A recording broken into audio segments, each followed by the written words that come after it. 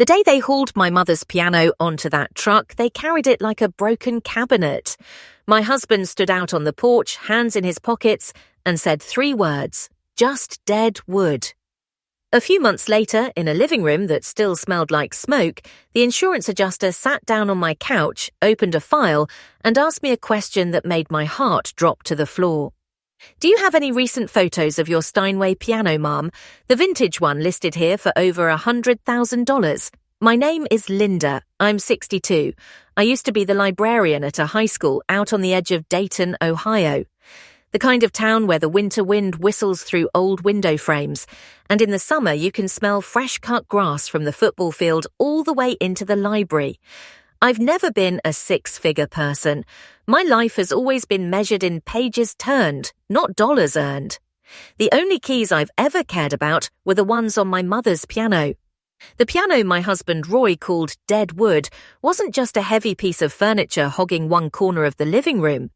It was the last thing my mother could still touch before her hands shook too badly to press a key. It was the shadow in the corner I saw every night when I came home from work and flipped on the lamp.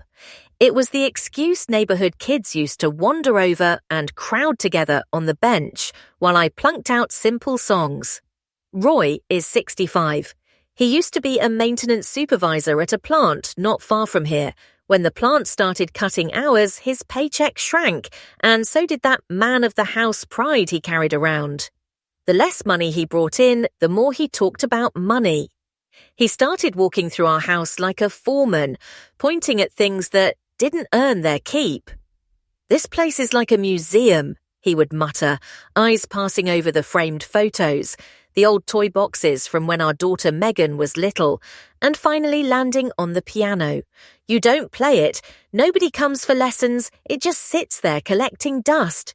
Does it pay the electric bill?" I tried to explain that some things don't pay the electric bill, but they pay for nights that don't feel so lonely. That my mother used to play that piano for the whole church on Christmas Eve when snow stacked up outside and all we had was music and each other. That every time my fingers touched those keys, I could hear Mum counting time softly in my head. To Roy, those were sentimental stories. He'd smirk and say, "You're too sentimental, Linda." The day they came for the piano, I wasn't home. I'd gone to Columbus to visit an old friend and stayed the night. When I opened the door the next morning, the living room felt lighter in a strange, wrong way. Not the kind of light you get from decluttering, the kind that feels like somebody ripped up the floorboards. The corner where the piano had stood was just bare wall and scuffed floor, a dust shadow, a few fresh gouges in the wood where they dragged it. The bench was gone. The lace runner my mother used to lay over the top, gone. All that was left was the hum of the fridge from the kitchen and the sound of my own heartbeat in my ears. "Where's the piano, Roy?" I asked. My own voice sounded like it belonged to somebody else. "I had some guys come haul it off," he said, as casually as if we were talking about an old couch. "I've been telling you forever to sell it. It was just dead wood, Linda. You need to learn to let go. I even got a little cash for it. Good for both of us." I stood there with my purse still on my shoulder, shoes still on my feet, hand on the strap. Only one stupid thought kept looping in my head. What did they do with the keys? The keys she touched? Did they smash it, grind it up, burn it? I wanted to ask, but my throat closed around the words. My mother's name stuck halfway up and wouldn't go any further. That night we fought. Loud enough that Mr. Alvarez across the street probably turned his TV down. Roy said I was living in the past, that he was just thinking about our future, that this house needs a ton of work and you're hanging on to things that don't do anything. I snapped back in a way I almost never had. I told him he had no right to make that decision for me, that not everything you can't put a dollar sign on is worthless. Like always, the fight eventually sagged into silence. Roy went out to the porch to smoke. I stayed in the living room, staring at that empty corner like someone had loaded half my life into a truck and driven away. I knelt down and put my palm flat on the bare floor where the piano had stood. The wood was cold and slick. I thought that was the end of it. A practical husband, a sentimental wife, one old piano dragged off to become scrap or firewood. I thought the only thing broken was my heart. I had no idea that months later, when an old outlet sparked in the night and firefighters filled my living room, that piano would come back, not as music, but as a number in an insurance file. When Dana, the adjuster, came to the house, my hair still smelled faintly of smoke, and the curtains did too. She walked around taking photos, asking routine questions about the wiring. I tried my best to answer. Then she sat down, flipped open a folder, frowned a little, and looked straight toward that empty corner where the piano used to be.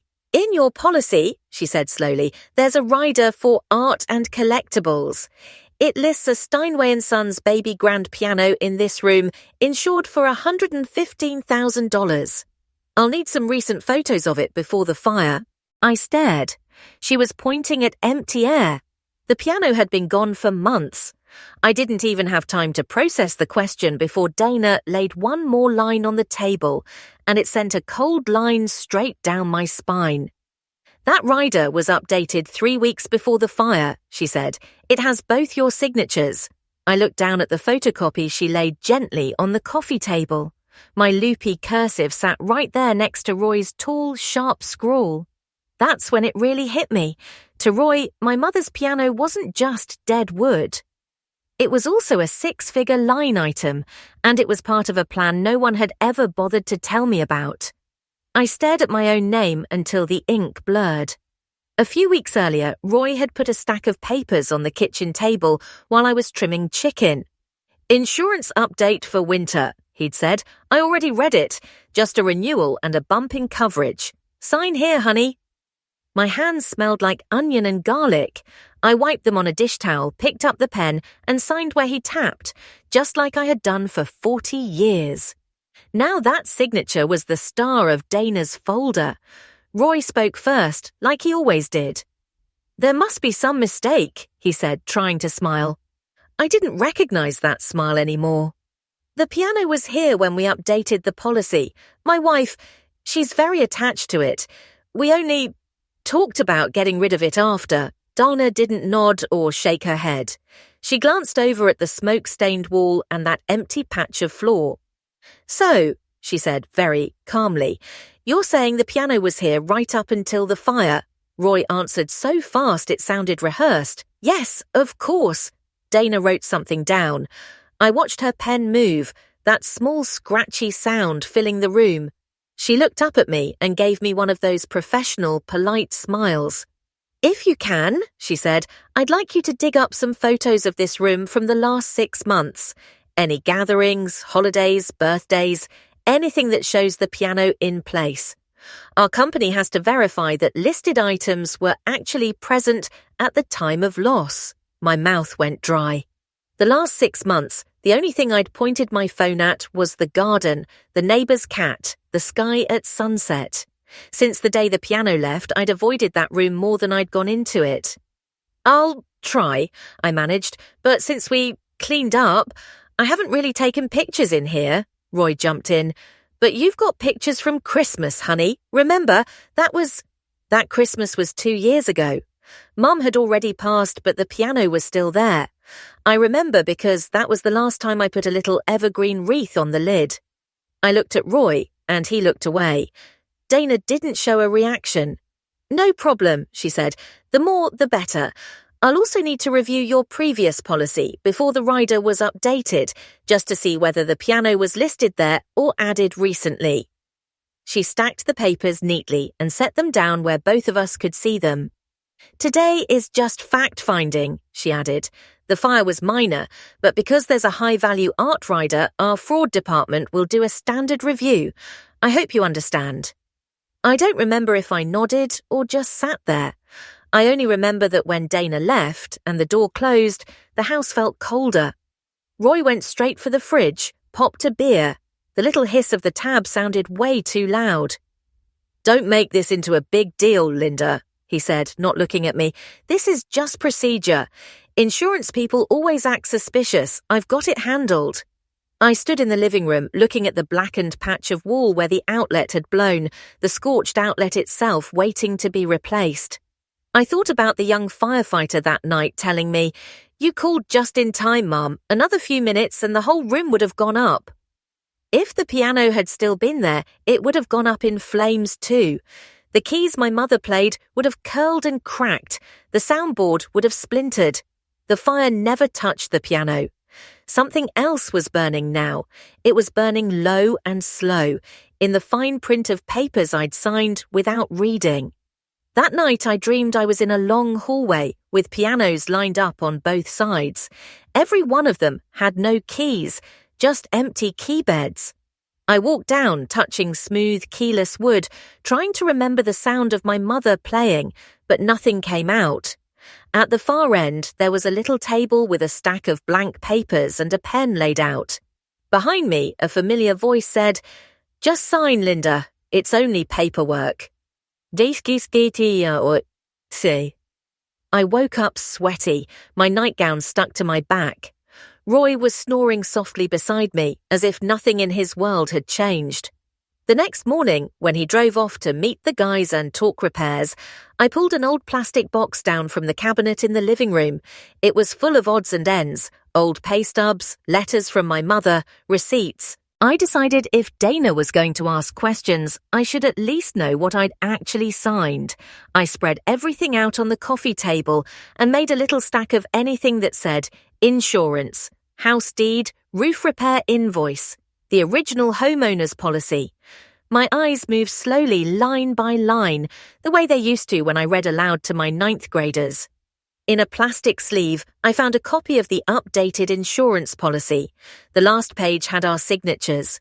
My handwriting looped next to Roy's sharp lines, dated just last month. I traced my finger upward into the dense block of text I'd never looked at. There it was, Ryder, Fine Art, Antiques, Musical Instruments. Below that, Steinway & Sons baby grand piano, circa 1920, insured value $115,000. Next to it, a little box checked, insured location, living room, our address. I let out a long breath. Above that was a section about increasing structural coverage because of rising construction costs. That was the part Roy always bragged about. "See, I take care of our future." I folded the papers and set them aside. Another thought hit me. When exactly did they haul the piano away? I hadn't written it down anywhere. I never wrote down things like that, the date your heart gets stepped on. If all I had was my memory and Roy's story, I already knew who the world was more likely to believe. I needed more than memory. So I went across the street to see Mr. Alvarez. He's the kind of man who's always on his front porch. If you open our kitchen window in the evening, you can't miss him sitting there with his coffee, wearing his worn-out slippers. Widower, grown kids in Texas. He likes to talk. After I retired, we fell into the habit of waving back and forth across the street. That day, I crossed over in a cardigan and sensible shoes. He spotted me halfway and waved. "Linda, the smoke smell gone yet?" he called, half teasing. "Mostly," I said, "but the smell of paperwork is still strong." He laughed, deep wrinkles crinkling up around his eyes. "I need a favor," I said, sitting on the edge of his porch. It took me a minute to get to the point. "Do you remember the day they hauled my piano away?" His face sobered. He set his cup down. "Oh, I remember," he said. "I was right out here. 2 big fellas, big pickup truck. They had a hell of a time getting it onto the truck. Your husband stood on the porch waving them off, said something like, 'Finally got rid of that pile of junk.'" He shook his head. "I remember thinking, if my Maria could hear me call her piano junk, she'd climb out of the grave and smack me." I swallowed a bitter little laugh. "Do you remember when that was?"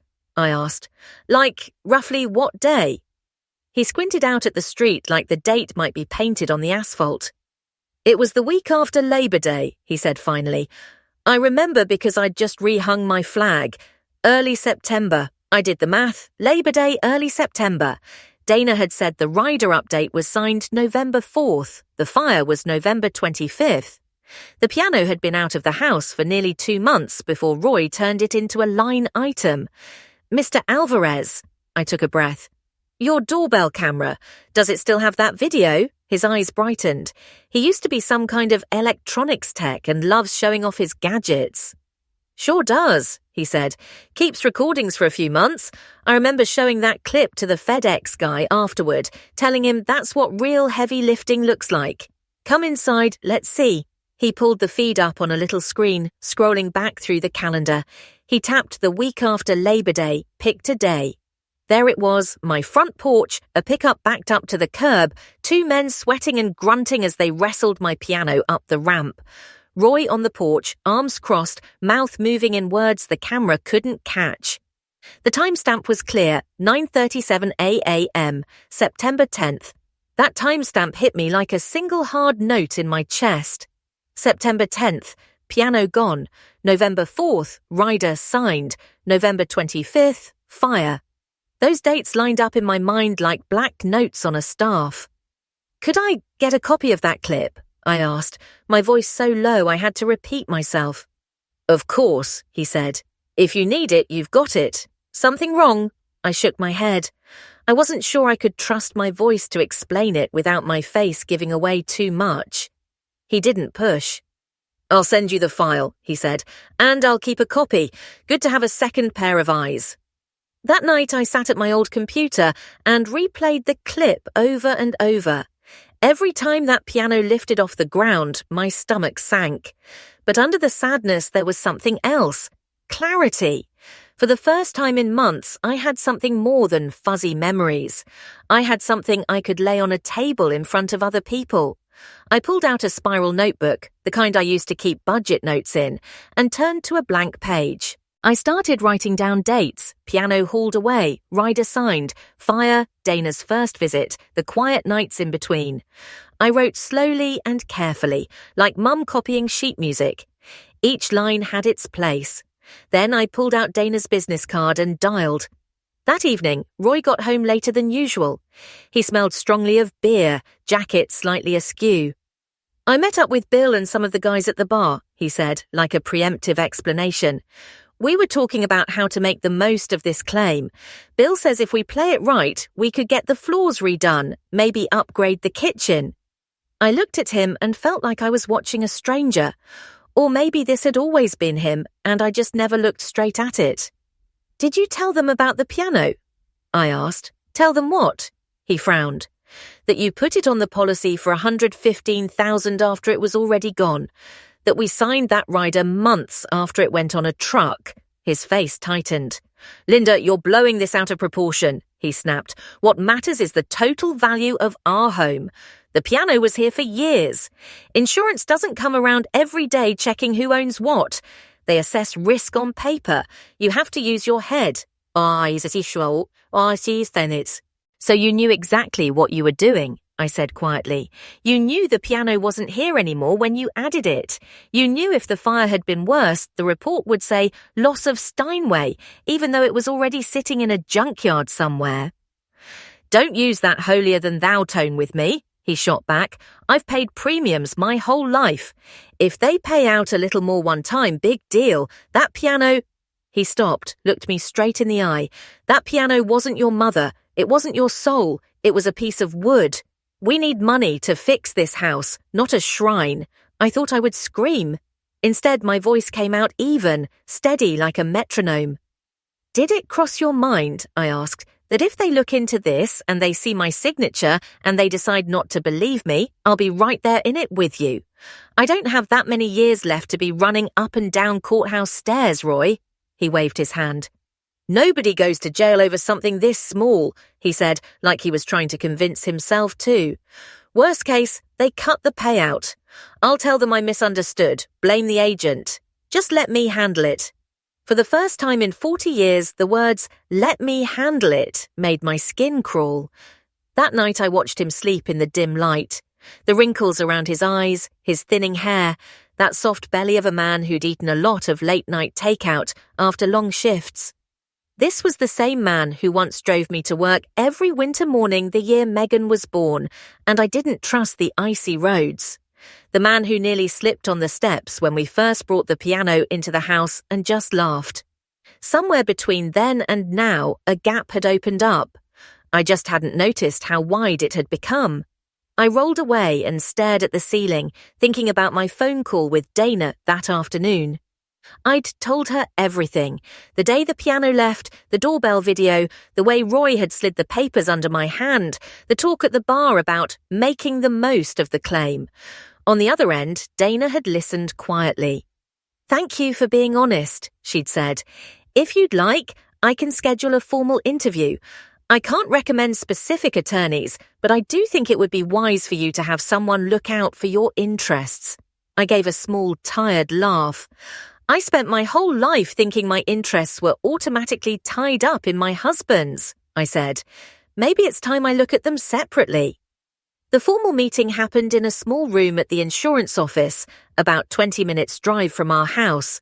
The sky was low and grey that morning, a misting kind of rain that sticks to your coat. I put on the sea blue sweater Megan had given me one Christmas, something soft to hang on to. Roy drove. His hands squeezed the steering wheel tighter than usual.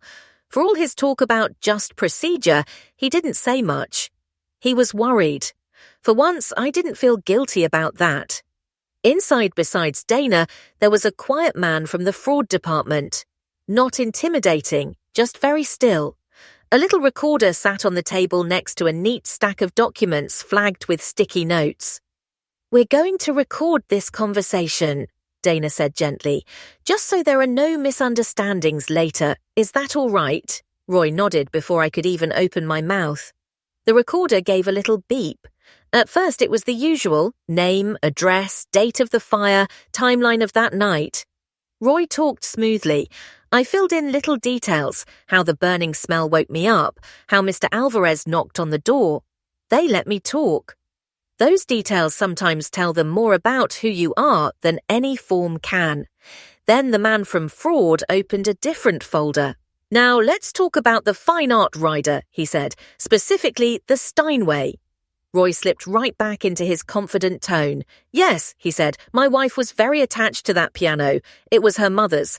I wanted to make sure, if anything happened to it, we'd be properly compensated." "Can you confirm the piano was in the home on November 4th, when you signed the request to add it to the rider?" the man asked. "Yes," Roy said without missing a beat. "It was right there in the corner, same wall that's smoke-stained now." Dana looked at me. There was something in her gaze like an open door. "Your turn." "Mrs. Hart," she said softly, "do you agree with your husband?" I looked at the recorder. I could hear my own pulse in my ears. "No," I said. "The piano was removed from the house almost 2 months before." Roy's head whipped toward me. "Linda!" he hissed. "You're remembering wrong. Don't confuse them." "I'm not," I said.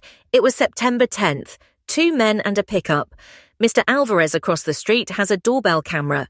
We watched the clip together. He's got the date and time saved." Roy glared at me like I'd just betrayed some sacred oath. The fraud investigator slid a few printed pages out of the folder. Even at a distance, I recognized my own handwriting. "We've already received a copy of that video," he said calmly. "From you, Mrs. Hart, and we appreciate your cooperation." Roy's face moved from shock to anger to something close to panic. "So you went behind my back?" he snapped. "You ran to them?" Dana set another document on the table, my handwritten statement, every word in my slow, round script. "She came to make sure her version of events was on record," Dana said. "That's her right." In that little room, everything seemed to shrink and sharpen. For 40 years, Roy had stood between me and the outside world like a gatekeeper. The world was finally looking past him. "I'll ask again," the man said. "Are you absolutely sure the piano was here on November 4th? Roy opened his mouth, then shut it. He rubbed his forehead. "I think there's been some confusion," he said. "I thought, since the piano had been here for years." The man cut in gently but firmly. "Here's what we see," he said. "The piano was removed from the home on September the 10th. We have video and a third-party witness. The rider adding the piano at $115,000 was signed November 4th. The fire occurred November 25th. The initial report from the fire department mentions damage to contents, including piano in living room. Those are the dates we have to investigate." Roy grasped at the last straw. "But the piano was still our property," he said. Moved it temporarily. We always intended to bring it back. Do you have a storage contract, a pawn ticket, any paperwork showing it was in temporary storage? The man asked. Silence. I knew the answer. There was no temporary. There was a junkyard or resale lot somewhere, if that. The investigator sighed quietly and wrote something down. Mr. and Mrs. Hart, he said, I need to be very clear. We are looking at the possibility of misrepresentation or fraud regarding the value of your property. In many jurisdictions, that can be a criminal matter. However, because Mrs. Hart came forward on her own, provided evidence, and has been cooperative from the beginning, at this time we are treating her as a key witness, not a subject of the investigation. Roy turned on me, eyes wide and accusing. You told them everything, he demanded. I told them my truth, I said. You have yours. This is where they diverge. Dana looked at me with a softness she probably wasn't supposed to show. Her job was to protect the company, but I could see a human being in there too. They spent the next hour digging into details. Who contacted the agent, who filled out the online forms, who uploaded photos of the piano. Roy had reused an old picture. They asked about his conversations at the bar, about recent changes to other policies. He tried at first to play confused, to blame policy language, to throw the agent under the bus. But every question narrowed the space he had left to stand in. When we walked back out to the car, the drizzle had turned into real rain. Roy drove in silence. I watched drops smear across the windshield and the little houses slide by. At home, he slammed the door and tossed his keys onto the table. What did you do to me, Linda? He demanded, voice cracking. After all these years I took care of you and Megan, and this is how you repay me? You fed me to the wolves. I stood in the living room doorway, between him and that half-finished wall. I was exhausted, but not in that old way that made me want to apologize just to make it stop. I didn't do anything to you, I said calmly. You did this. I just refused to cover it up. You could have kept quiet, he shouted. You could have let me handle it. They wouldn't know a thing if you hadn't opened your mouth. If I kept quiet, I said, I'd be a partner in what you did. You used my memories, my feelings for my mother, my name on that contract, to turn something that didn't exist into a payoff. You called her piano dead wood. Now you want to use that dead wood to burn down what's left of my self-respect. His face twisted, part rage, part fear. You think they'll just let me walk away, he muttered. You think they'll believe I tricked you, not that we were in on it together? You think you're so clever? I didn't answer the sting. I said the only thing I'd been rehearsing in my head for days. I told the truth, I said. If they don't believe me, I can still sleep at night. If I lie and we get away with it, I'll never sleep again. You can pick what keeps you up. That part isn't my choice. That was the night he moved into the spare bedroom. No big announcement, no signed separation papers. Just two old people on opposite sides of a wall, each facing away. No music in between. The weeks that followed were a waiting game. The insurance company sent a letter saying they'd cover basic repairs, walls, floors, electrical, but were freezing any payment tied to the fine art rider until the investigation was complete. They stated in black and white that they would not pay more than actual loss if they found inaccurate information. Roy's face went pale reading it. They're not going to do anything, he muttered. Maybe a fine. I'll find a lawyer. I did something else. I went to see a lawyer of my own, a small-town attorney who'd helped Mr. Alvarez with his will. I laid everything out, the policy, the deed, Mum's will. He drew a simple diagram. The good news, he said, is that this house is legally your separate property. You bought it with your inheritance before you married. It's in your name. Adding your husband to the insurance policy doesn't automatically make him co-owner in every sense. If there's any fallout from this claim, he's primarily on the hook. And the fact that you came forward early and cooperated protects you. And the marriage? I asked. He looked at me kindly, not like a judge, just like someone who'd seen people my age in this chair before. You can file for legal separation or divorce, he said, At your age, some people choose separation, especially if they're counting on certain benefits. But legal paperwork aside, what matters is how you want to live the rest of your life, beside a man who's shown he's willing to use your name for something shady, or not. Guys, that question came home with me. I sat in my old armchair in the living room and watched the bare wall waiting for primer. The floors were half finished. Roy was out on the porch on the phone, his voice clipped. I couldn't hear the words, but I heard "didn't mean to." Just paperwork. They're overreacting. That night I asked him to sit down. "I saw a lawyer," I said. "I'm going to file for legal separation." He laughed, a bitter little bark. "At our age," he scoffed, "people will think you've lost your mind." "People don't live in this house," I said.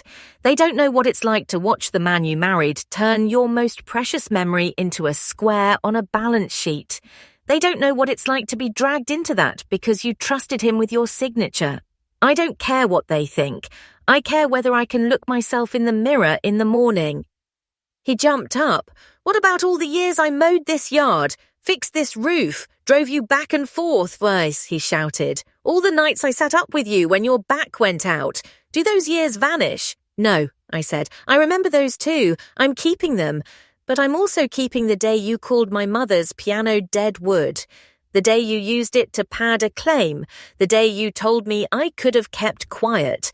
If anything is getting erased here, it's not by my hand." The day Roy left with his suitcases, the sky was bright and cold.